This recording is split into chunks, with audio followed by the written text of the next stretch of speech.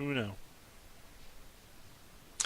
What is going on, ladies and gentlemen? I am BDLM, coming with my buddy J4Y, bringing you episode number 60 of our Dota On Demand podcast. What is going on, man?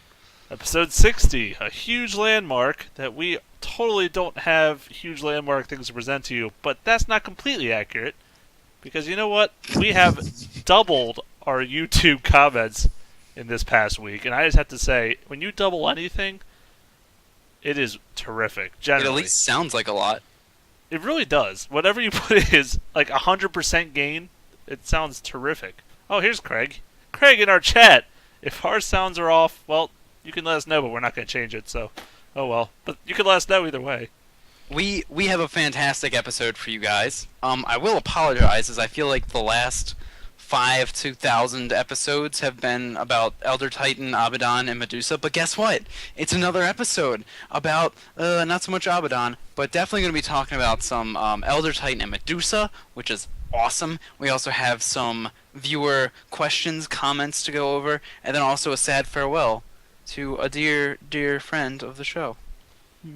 Indeed. Our good friend of the show, Loki, who actually started up his own,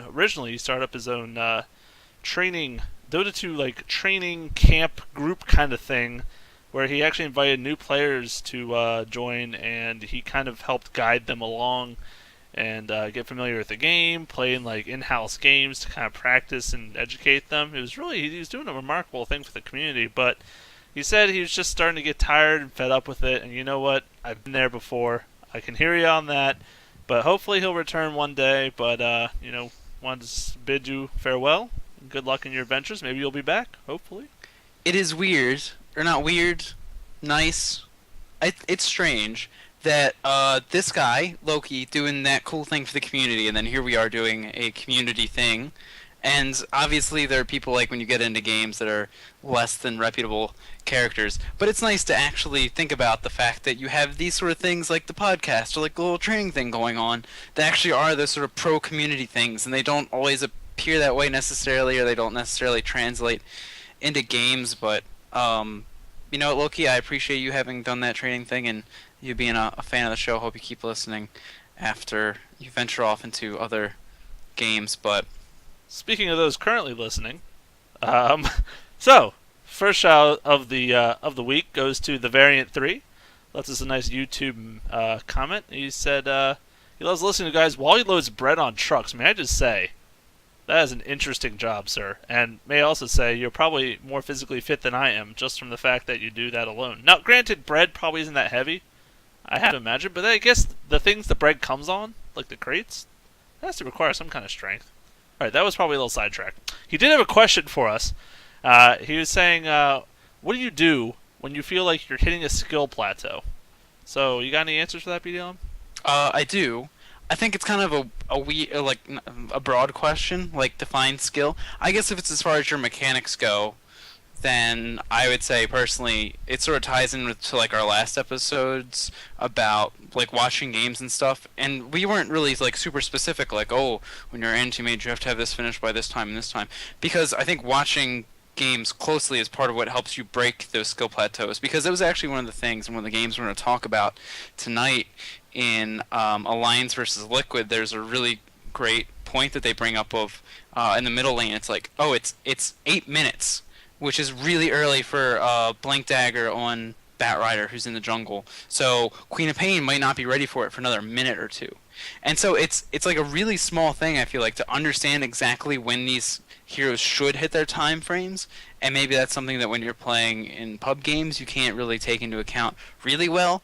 But I think once you get your sort of mechanics down and maybe even your general game sense down, you can start hitting stuff like that, like really specific small stuff. And beyond that, I think there's a lot of really basic stuff that a lot of people don't do that they just sort of overlook, like making sure you're always popping phase boots when you're running around. When Templar Assassin sort of came back after her little bit of a mana nerf, part of her having a new build, instead of rushing for the Blank Dagger, going the power treads into the drums build, part of that was because, oh, you can change your treads into int treads, which helps balance out your mana issue. something so simple that people really overlook a lot and don't really take advantage of. I think you can really look at those really small things to sort of, fine tune those, as well as look at your big picture as far as how the game sense goes. If you feel like you're good on all that, then that's definitely, I feel like, the time when you gotta start finding your friends and get them together and playing some Dota, playing the captain's mode, because, I think we've had at least enough experience in that to know that it's a whole different animal, and really the way people play and just the way people look at those kind of games is so much different, so much more serious, and that's, I think, where you really can start to find yourself a new challenge. I don't know that I could really add much more than that. That was kind of a It was perfect flawless. answer. I mean, generally, I think you pretty much hit it all on the nail. But if you are pretty much talking about being on like in a pub game sense, seeing your skill plateau, then I definitely agree with him that you should be then trying to maybe take it to the next level if you really are this interested in like working on skill. Because if you're playing with just random pub people all the time, you're only going to get so much better. You're not going to be able to get that kind of game sense. You're not going to be able to improve in like other things besides just purely mechanics. And that's what I think pub scene has always been for, is to really just focus on you and your lane and what you're doing. And yeah, you have to do other things along the way, but it's mostly a focus on you, of course. But when you go in that more 5-on-5 captain's mode draft kind of setting, now you have to improve in game sense, game knowledge, the things you were describing as well, and it all kind of meshes together there. So I think that's a great suggestion, just in general. But yeah, wow, that was a really good answer. So I have props. more. Oh, If you jeez. if you like more, it's actually something that I wanted to bring up in the cast anyway, but we got sidetracked by, or I got sidetracked by, a fantastic post on our YouTube about these two great games where Medusa and Elder Titan steal the show. Um, there were actually a couple games where people would go into the tri lane as a carry, and they would go almost completely naked, if not completely naked, not spend any of their money. And by doing that, they would rush themselves out of for a 5-minute Midas. Which is kind of like weird, like, oh, geez, well, now you're super vulnerable. But of course, these were tri lanes going up against solos or going up against lane abandonment. And it's when you think about it like that, like once you see it, you go, oh, well, why weren't people doing that before? Like you'd wind up buying all these stats, I guess, just in case they decided to run an aggressive tri lane. But when you consider how long the game has gone with this sort of tri lane versus either an empty or a solo, it's surprising that people wouldn't see, well, how much can I gamble now in this early game? Can I really depend so much on the other team to do this? Maybe in your own personal games, if you feel like your skill level's tapped out, well, then you just make the situation more difficult on yourself. You see where you can sort of try and milk more out of the game. You get that extra couple minute early Midas and see what you're capable of doing with it. Or you run unconventional lanes or heroes in unconventional ways because again, going to these games that we're going to talk about tonight, you get to see that these two heroes get played two completely different ways, and I would say that at least one of them is almost feels completely nonsensical until you see it, and how just phenomenal it really is. No, exactly. And I feel like the skill plateau thing is just, I mean, wow, we're exaggerating. We're going on this quite a bit, so you're welcome, Valford. But yeah, basically, there's so many heroes in this game, so many different positions, so many lanes. Now, granted, of course, people definitely have a preference when they play the game, so you're probably going to focus on like just mid or just carry or something if you can. But even in that one position, you still have so many heroes to practice with and have different interactions with, different matchups perhaps to fight with. Like, yeah, mechanically wise, there's probably close to a plateau you can hit. But as far as just game sense and game knowledge, oh my God, you have the world is your oyster. I mean, there's so many things. If you feel like you've played 300 Faceless Void games and you know that hero to death, all right, move on. Let's try Marana. Let's try Sniper. Let's try, I don't know, Bristle. Mix it up. Try these other heroes that may be in the same position, but are, like you were saying, less conventional, but still practical. And just improve it. And obviously, the more heroes you are able to play with, the more versatile, more of a threat you are in general in a game. So, And I mean, that's another thing too. The number of times I've kind of heard casters wind up casting with a professional player and they go, "Oh yeah, well this matchup's really good. Me and so, we did it like 30 times yesterday, and it turns out that most of the time this hero wins it." And you go, "Holy crap, that's a lot of times dedicated to just learning this one matchup and seeing what you can do." But I mean, seriously, you get a practice buddy. If you really want to just like max out your skill, you go, "Well, how does this opening work against this hero? How does this opening work against this hero?" For when you find situations where you're, almost guaranteed gonna be in a Have you situation. seen? I think it was a long time ago, but there was some guy who literally played like 1,000 games in a row of Sand King or something. He only played Sand King every game, every day. And I'm just like, how can you do that and just not start going? Oh God, what are you gonna put in here? A I pun? kind of want to try it. Oh, No, I thought you were gonna throw some crazy pun in there or something, but that would be my role, I guess. But that many? Okay, obviously not a that's thousand. excessive. That is Gotta excessive, tone it but down.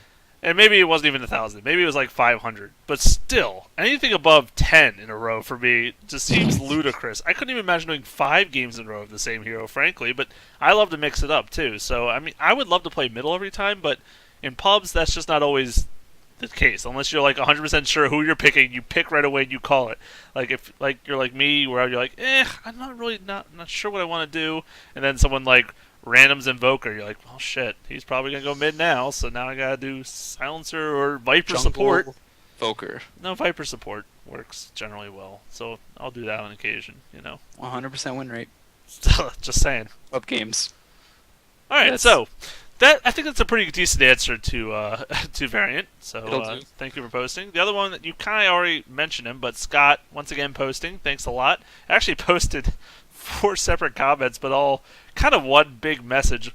But basically, he did mention 2 games that we're going to kind of dive into here that both involve, like you said, Medusa and the Elder Titan, both being on the same team actually. And they're different tournaments, different teams, so it's actually like completely different matchups, but there's some similarities and some definite differences between the two. Yeah, I think probably the one that is most interesting. Well, we'll save that one for later. Change my mind. Oh, Let's geez. talk about the 4FC, Four Friends plus Krilly, versus Rattlesnake International, played in Starladder. Yes. Yep, played in Starladder. We're Or actually Star Series. Is that the same thing? Yep. Okay. Here's a random little.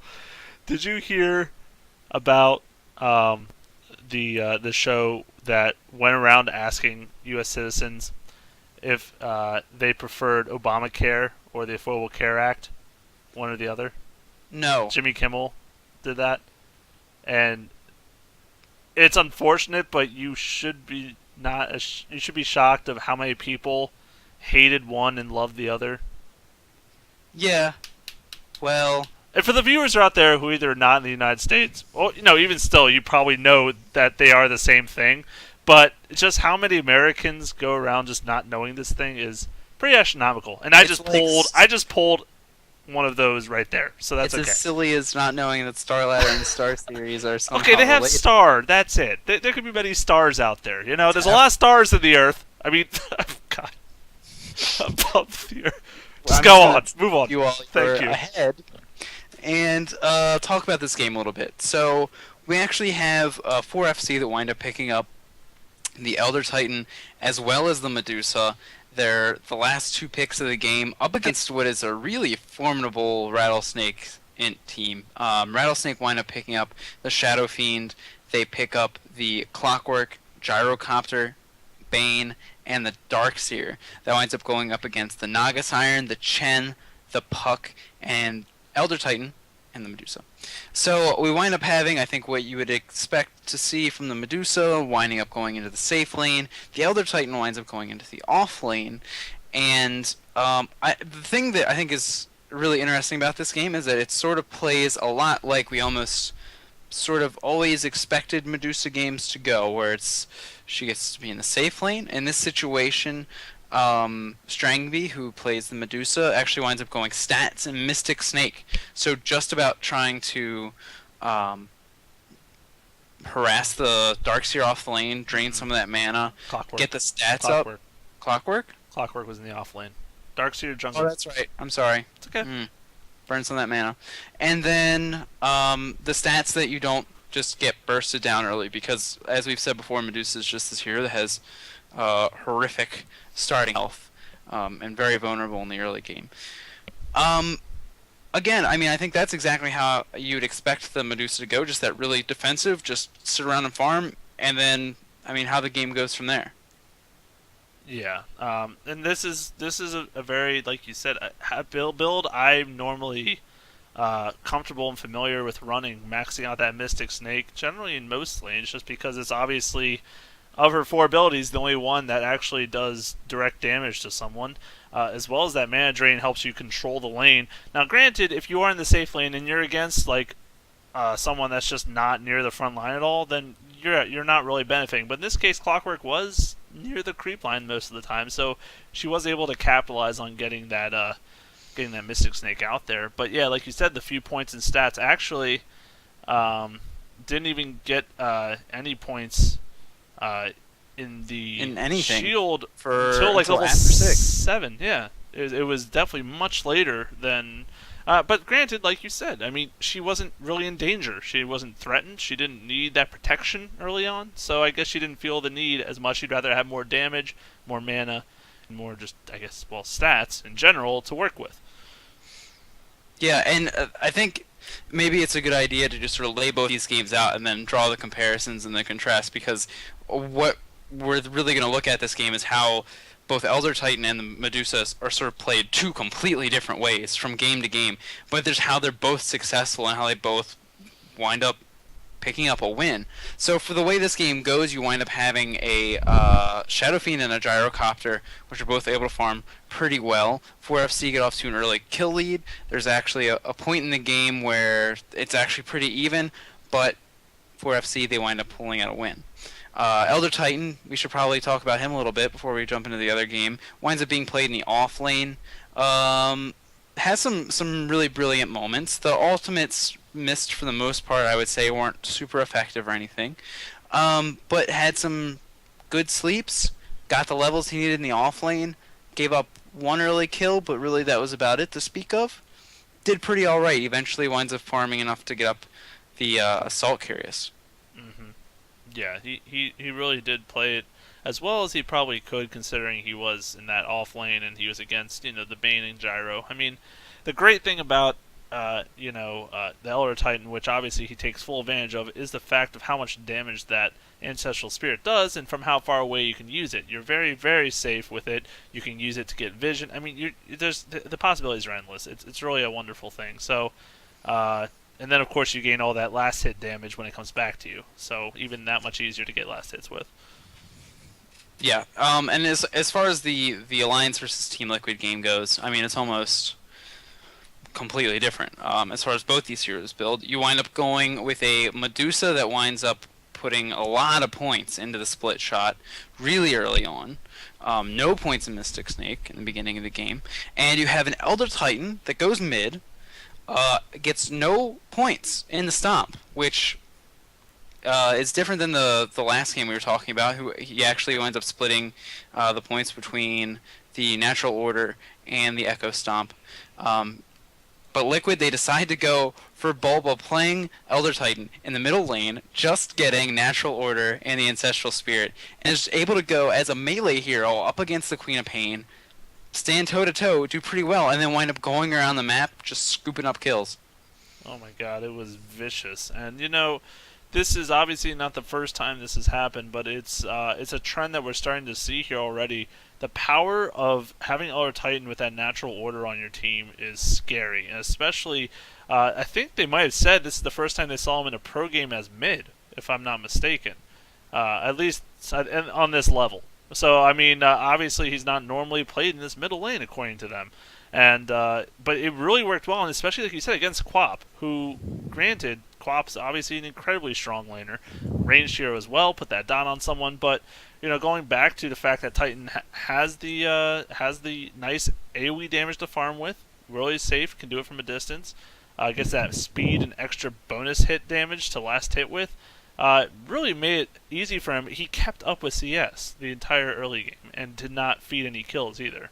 and that's without the sleep because he just didn't need it defensively. So I mean, really, just playing it excellently. And as far as the Medusa goes, uh, I loved it. That was one of my original ideas with Medusa is to really invest heavy into split shot early, and get someone to stack creeps for you, and just as soon as your lane gets pushed to the tower, get in the jungle, clear out two or three of these stacks of creeps with your supports. Just have tons of gold advantage over the other team, and there's not much they can do unless they invade your lane or invade your jungle like all game. Yeah, and the other thing that I really liked about this, and was seeing the late Quelling Blade pickup by Medusa, and really a great just like here's a maybe a situation where you go, oh, this is where I can push my skill level. Going back to what we were talking about at the beginning, Medusa grabs the Quelling Blade, starts chopping down trees in the Radiant Jungle, and then starts pulling the creeps together enough that she can split shot more of them down to farm more efficiently. The great thing too about just seeing both of these games and how they wind up playing out as far as a great comparison where they're similar is that you have the Naix picked up by Alliance, and then in the other game you wind up having a BKB Gyrocopter and a BKB Shadow Fiend. All this magic community adds up to next to nothing. And what's even better is that when you look at the not the Alliance versus Team Liquid game, you look at the 4FC game, you get to see that one situation, Shadow Fiend, just all the time, as soon as he sees the Medusa ult, looks to try and look away, tries to run away. Eternal Envy just mans it up, just takes the stun, whatever, what can you do? And both really prove to be just ineffective. I mean, the amount of time it takes Shadow Fiend to just sort of try and do anything else. I remember one fight watching him, and he's just like, well, there's a Chen creep right here, I can just like swing at that for a couple seconds, and then, okay, it's over, I can go back and try and kill Medusa, or just running because there's no other option, or you just sit there and get stunned like Gyrocopter did, and you just gotta suck it up. It's devastating. It really is, and that reminds me of a gank on Medusa back in the Alliance Liquid game when she was in the middle lane, and they went smoked, and 3 heroes came up on her. Quap linked in, they were doing tons of stuff. She popped that ult, started running, and 3 of them got stunned up, and she just turned with her split shot. 2 of them she got in that stun duration down to about third health, Quap and someone else. And right, the announcers kept going on and on saying she pretty much just 1v3'd, and essentially it was mostly accurate. I mean, she would have had trouble finishing the kills herself, but still, the fact that they went in with this smoke, this huge gank on her with Quap and all these other people, and just because of her devastating ult, they could not do a dang thing. And it also gave enough time for her team to move in and secure some kills. Yeah, and I think another thing that's probably important to bring out about these two games is just the other supporting heroes, because in both situations you also have the Naga Siren, which I feel like is just a huge hero for many reasons. I mean, you wind up having the minus armor from the Riptide to help out Medusa. You have this great setup, of course, for the Elder Titan ultimate. You also have the net, so you have these people, another way to just sort of go through the magic community that you might be coming up against, and another thing, just hold somebody in place while you're looking to line up either the Elder Titan ult or just hold somebody off on Medusa so that she can sit there and do her thing. I just really thought that especially the Liquid draft just made stupid amounts of sense. Like, oh man, it was just so rude having both the net as well as the lasso. You then have the Visage familiars to drop down on people. You also have the setup from the Elder Titan. There was just so much stuff to hold people in place and either set up Medusa or everyone else. I mean, it was really just impressive to me when you start looking down the lineup what they were able to do. I mean, and the other thing too, this is sort of like what we were talking about last week. You have Alliance who, I want to say this is fairly standard. There's nothing really strange about this. Maybe the Shaker. The Shaker is kind of weird. Off.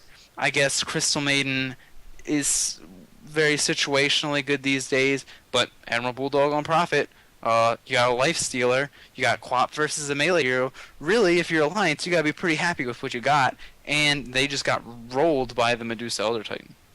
Yeah, and this is, like I said, starting to become a pattern. And you think about the synergy and how just amazing it truly is. The Natural Order reducing their armor, as well as getting in that increased physical damage from the Stone Gaze. I mean, it just combos up with so much physical damage, as well as Elder Titan.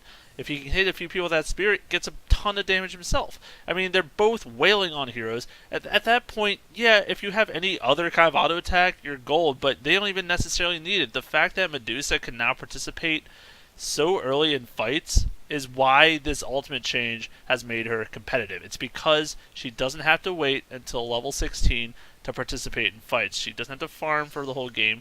No, she can come in at level 6, literally. She is just as or more useful than most heroes with that ultimate.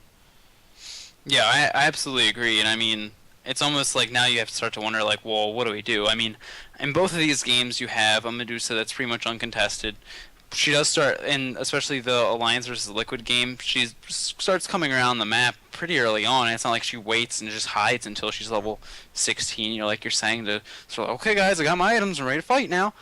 Puts herself out there rather early, but still uncontested in the beginning. Really, that one sign of weakness that we've kind of mentioned in the back, just the really, really low early game health. There's really no way to abuse that. Maybe you can run some aggressive tri-lanes. I mean, you have of the Alliance squad, they certainly could have. Maybe just feeling that they either didn't have to worry about the Medusa that much, or that they would get enough gains in their own lane that they, didn't have to try and go up against it. I feel like that's really what you're going to have to see. I really like that maybe, this is just a flavor of the month. It's just working really well right now. But it's nice that we have this sort of micro meta that is like, well, you got to start aggressively tri-lane again. You're going to have to run a tri-lane against a tri-lane, and then we get maybe back into some more interesting one-on-one matchups in the off-lane. See, but I'm not even worried if I'm the Medusa team, because then okay, you're expecting the other team to run aggressive tri-lane. Well, then I've got options. I've got Treant, I've got Abaddon, I've got even possibly Omni Knight or some Dazzle if to some crazy extent. I mean, you could go more of a protective tri-lane if you're expecting to be someone aggressive against you, and you could probably be just safe. And especially instead of going one build, she could go another. She could max out that mana shield and some stats if she needs to be beefier early on. I mean, she's got some versatility with that. So, maybe it'll push back delay her split shot farm strategy, but in the end, I feel like she can still hold her own in the lane with some really good, strong, like a Treant or an Abaddon. I feel like she's perfectly fine. Yeah, I mean, that's the other cool thing, too, about when you look at the Rattlesnake versus 4FC game, is you have the Puck, who's just another great big AoE controller, and then you have the Chen, and the ultimate literally saves Nagasiren's life in the bottom lane at one point. So really a lot of great setup, a great support cast, and I don't know why, but I always felt like in my head, like, oh yeah, you're gonna have to do all these like weird maybe picks to try and make Medusa fit in well, but you look at just these completely meta-relevant heroes, except for maybe the Elder Titan that are popping in to sort of help out the Naga or the Medusa and help her do her thing. I'm just glad we finally get to see her, because pretty much before that we were like, ZSMJ, go go go, and other than that we're screwed. Now, wouldn't that be ironic if ZSMJ is like, this guy's not farm heavy enough for me now. I need to move on to someone else. This is just not my style. So he doesn't play him now. That'd be sad. That would be very sad. But the builds coming out, the item build wise, it looked like Manta in both games was the first rushed item as far as big items concerned. Do you think that's just a common thing for him because of its usefulness, or do you think it was more situational? I think that's pretty much general thing. I did in large part too. If you look at the Alliance versus the Liquid game, you kind of got the sense that there was not only the general stat thing, but also the movement speed orientation for the Medusa, because you do have to get them to look at you. And there was actually one point in that game where Medusa tries to run down the Crystal Maiden, basically just like, I might be able to just sit here and auto attack you to death, but I'm going to run in front of you, try and get the extra physical damage out, and try and kill you that way. So I like just having the movement speed from Manta, and then of course you have the illusions, which can get the split shot as well. So I mean, me personally, I think it's just a great item to pick up on her, because you're getting more intellect as well. And she's a hero that has I guess it's not a high agility rate, so it's not like you're getting a super high amount of agility to compound onto these illusions, but I think it's definitely a strong choice. Well, I remember originally, because the original build involved Lincoln Sphere first item into maybe Mantu, various Fly. things. But obviously, with this new hero, with the new ultimate, she's not that late game hero like we've been saying. So to invest in an item like Lincoln's, which is basically saying, hey, for the first 15, 20 minutes, I'm not looking to do a lot of damage. I'm looking to be defensive and be good to go for late game. When Weavers build a Lincoln's right away, they're looking to protect their butts, and then they'll get that damage item next, perchance. Now with her, Manta's coming out first, meaning, hey, I know I'm going to probably be participating in these fights in the sub 15, 20-minute period, and I want to hit harder. I want to do more damage with my split shots, with my auto attacks, and it just makes her a better uh, build in general, and I definitely don't expect that Lincoln's defensive rush to come anymore for her. Well, that's the thing too, because I'm even starting to wonder, like, oh, well, where do you really look to do the damage, other than if you have just a really strong early game lineup to try and deal with it? What if we go back to sort of the Lion who was for that little bit of time a really popular support? You have to go finger, just try burst her down, try and get through the mana shield or whatever. We haven't really seen any mana burn employed against her yet, so kind of curious to see how she holds up in those kind of situations. But the way it stands now, it's almost like, well, what if you do have a hard situation where you're not going to be able to go maybe a Manta? What if you do go Lincoln Sphere or something, and you're able to put somebody in your off lane that has some carry potential, like the Weaver or something? Like, I wonder if it's even really that big of a deal, because then you're looking at, well, I have this great ultimate, goes through BKB, whatever. I'm still providing a ton of potential support spells, really, when you think about it that way. I have some mana drain. I have something that goes through BKB that holds people in place. If I do have like an offlane Weaver buffing his damage against these targets, like, even if you have to go for that defensive build, you still have some potential to do damage and to help your team out. Well, So that's a good point. There was, I can't remember the tournament, but I don't even know if we talked about it, but there was the utility Dusa that was played in the tournament. The one that went middle went mech first item and then blink dagger. Was purely utility. Eventually built like Scotty or something at the third item, but really obviously was not focused on doing auto attacks. I mean, yeah, she threw us out in the fights, but she was more focused on positioning, keeping her team alive, and that ultimate, just how scary that ultimate is. If you know a carry's getting blink dagger, their ultimate, their positioning is the most important thing for that hero. When you see Shadow Fiends get that, that means they're so focused on dropping that ultimate or whatever. So that was the case for this game, and they won that game because of her. They had other auto attack sources to make up for her lack of damage, like you're saying. So just the fact that she provided that physical buff was enough for her team to win. yeah, and I mean, again, I think that's really the other nice thing about looking at the Elder Titan, especially in the way that Liquid employed it. When you really do look for the points in the natural order, I mean, the damage amplification on the physical, on top of the Medusa physical damage amplification, on top of the minus armor for the Naga. I mean, really, in both of these games, I think the drafts were so well built around the idea of running this Medusa. Like, honestly, it looks like Liquid was planning it like the whole time. Like, you would never know any different. I mean, of course, as I was saying earlier, these are all like meta relevant heroes that are going around it, but it just feels like such a great harmonious draft through all the points of the game, really. All these heroes interacting with one another so well. I think it's great that you don't even really have to pull out like this chi strategy. Maybe you really do want the Elder Titan with the Medusa, but it's not like you're doing something so crazy that you're only going to use it for this. It's not Chen Pudge Hook. Yeah. It's not. Yeah, it's not something like that. You don't have to run these two heroes together to make it work.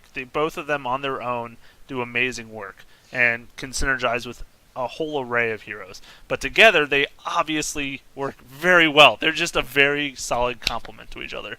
The different lanes, the different ways they're played, that's all up to the team. But essentially, yeah, no, I love it. And I love to see these heroes played. I can't get enough. Troll Warlord, I'm loving seeing him get picked up. It's like the heroes that we didn't know what was going to happen with are here. And they look like they're here for a while. So we'll have to see how teams... And I'm going to be curious, too, how teams really cope with this Medusa ult. Are they going to be just banning her because they don't want to deal with it, or are they going to come up with maybe certain heroes like Weaver or other heroes that just need to get against her that have mobility or have ways to deal with it. Because otherwise, I'm not sure what their answer is. That's CC is just it's just brutal.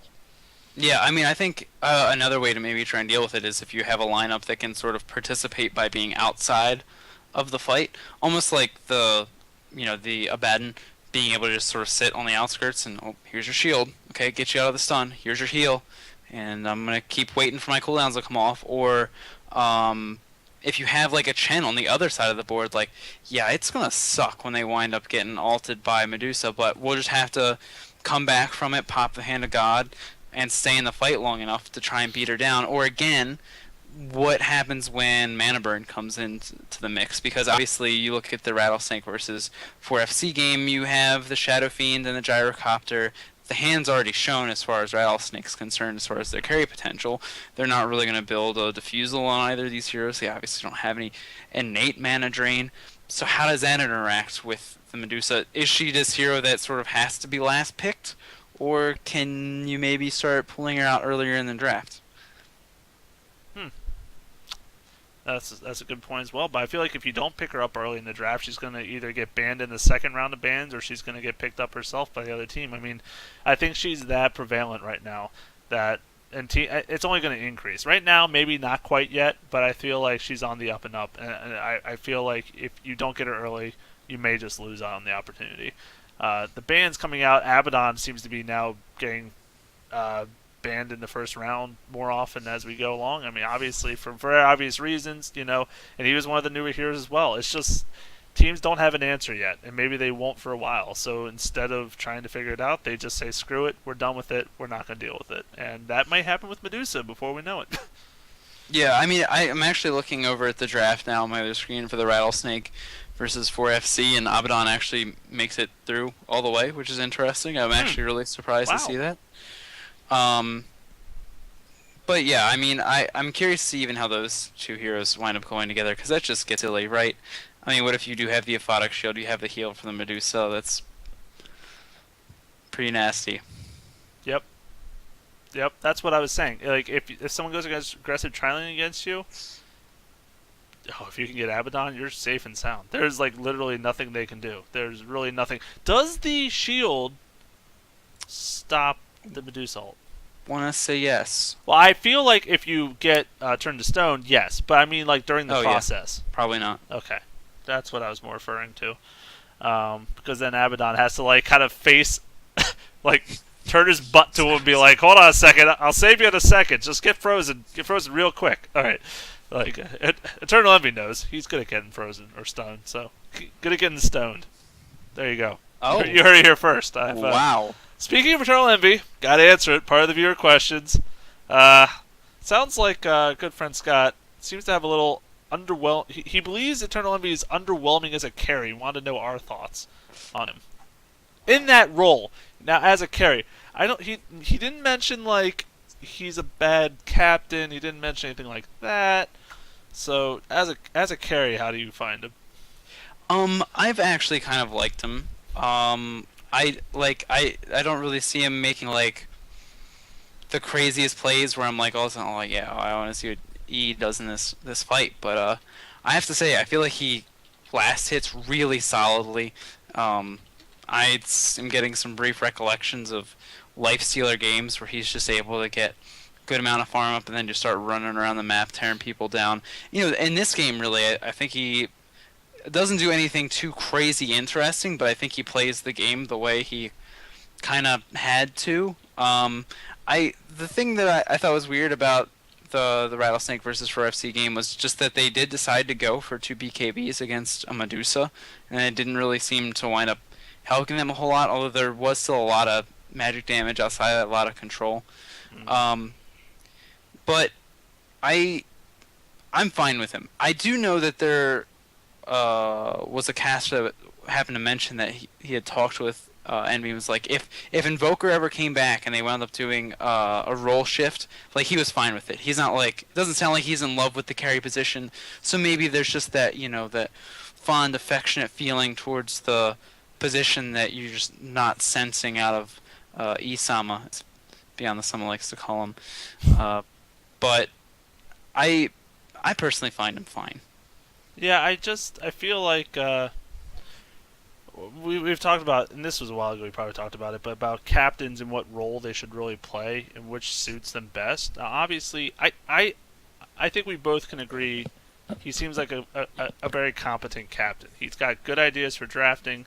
He seems to have good strategies, and at least interesting strategies, and they generally do pan out. Not always, but they do seem to work well.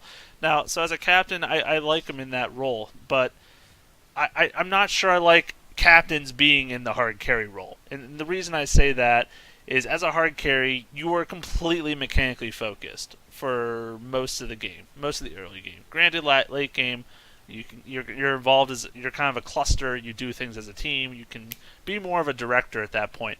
But when you're so focused on last hitting, and making sure you're not getting things like that, you may not be able to be as map aware as you want to be, and you may not be able to shot call as much as you want to. And that's kind of where we look around, we see other teams and their captains and who's doing what.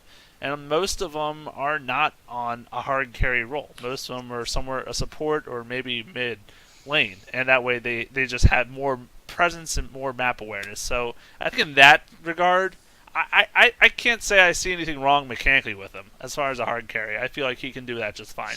But I think if he wants to truly be a captain for his team, he may end up suiting his team better if he can maybe go back to middle or do something else in a different role. I will say that was one of the sort of unfortunate things about this game. I mean, I think 4FC played it really well. There were some times I'm like, well, you guys are going a little crazy underneath that tower, don't you think? You're diving that one pretty hard.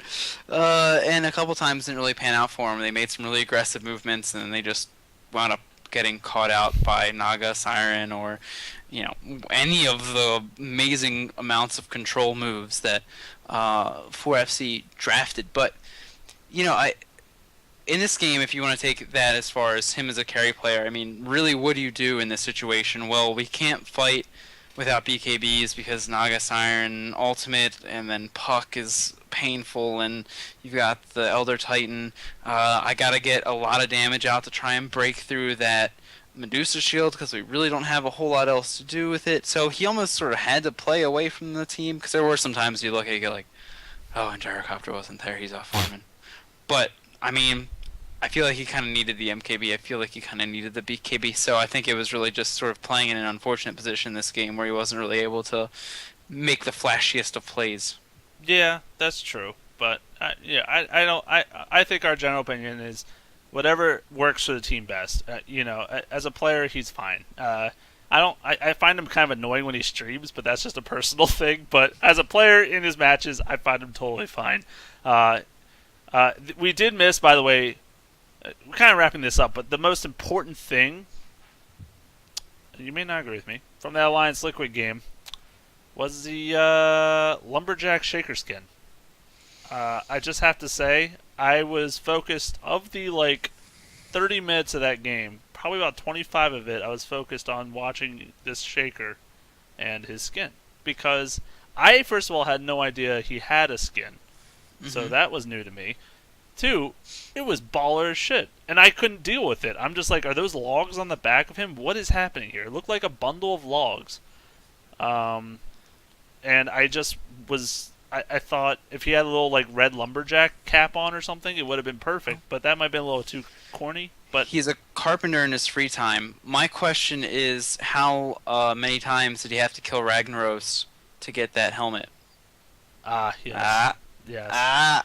Now we're getting there. Oh yeah, that's good. That's good. I was saving that one. I'm not gonna lie. But God help us. Wow. By the way, people, we are doing this. This is a late cast for us. You won't know that since it is a podcast. But we are so committed to getting you one this week that we're getting the sleepies. They're starting to invade, and so maybe this is gonna be a great time to wrap this up. Yeah, I think so. I mean, we got to talk about some great games, of course. It sounded like there may have been some Star Ladder tickets purchased because of our praises. and I'm glad that it was enjoyed. Again, just buy it; it's great, and I still have so many games to go back and look through. There are of course a lot of other great tournaments going on, so go ahead and support those guys. Keep watching the games, keep playing them. Of course, find you and a buddy, play yourself some Elder Titan, some Medusa, and get back to us. Tell us what you think about it and your thoughts about how it might progress into the future. So until we talk to you guys, go out there, play some great Dota.